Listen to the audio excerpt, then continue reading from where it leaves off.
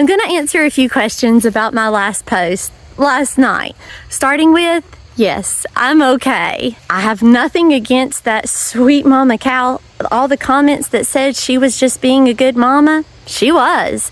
She was protecting that baby. Why do we have to tag them? Because that tag is their name. It's how you know who they are. A lot of times you go out in the field and you see one with a problem, like right now, Janet's twin brother. I keep an eye on that boy because those twins had a really rough start. Janet's worse. But there are no distinguishing features about that little calf other than his ear tag. Because of that ear tag, I find him every day and I check on him. Yesterday, I discovered that he has an abscess just like Janet's. Can't you wait until later, not right after it's born? You let that calf get its legs under it and get more than 24 hours under it, you're not going to catch it. You're not. No human can outrun a calf. So those first 24 hours when that mama is the most protective is when you have to do it. Putting that tag in their ear is the only way that you're going to be able to run a responsible, safe farm that takes good care of all of their animals. You shouldn't be out there alone. Typically, no, you shouldn't. Let's just say hypothetically, you work on a farm that does more than cattle. You work on a farm that grows squash and pumpkins and corn. And at the same time, you run a produce company and you have cattle and you have sheep. And you hit a point in time where it's either just you or nobody does it at all. So do you go out there and you try to do it, or do you choose to not give your animals the best care possible? Is it ideal? No. But you can't just pull workers out of thin air, and you can't control the weather and the fact that everything in 1 year has gone wrong at the same time.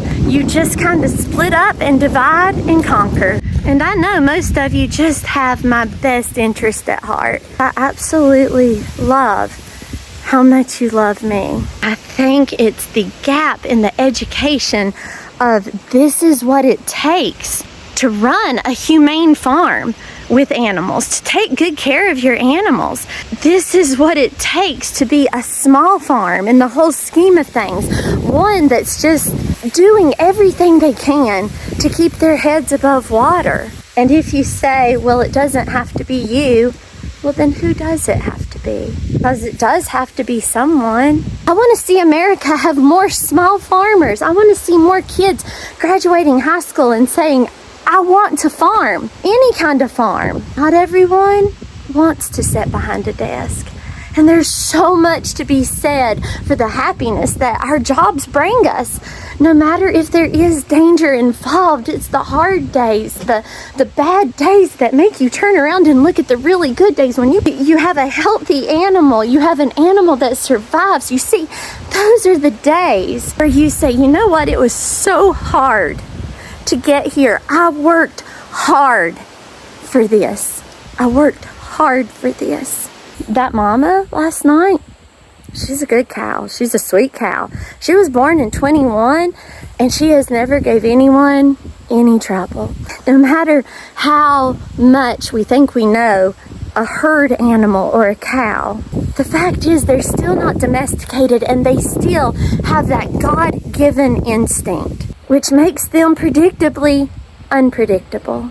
And it's also what's so beautiful about them. She didn't blow. She gave no signs. Typically, I'm pretty good at reading a mama. Right here. She's a fasty one. Knowing if she's bluffing. It's so fast. It's so fast. Or if she means business. This mama, she fooled me. And I don't think I would have came home with the shiner except for this bun. When she tossed me into that fence, my bun got caught in it. When my bun got caught, I could not get it loose. I was willing to rip my hair out of my head. I was, and I tried. The whole bun was in it, and I couldn't get loose. In that moment is when she came back with her head right here. Once in the head and once in the stomach.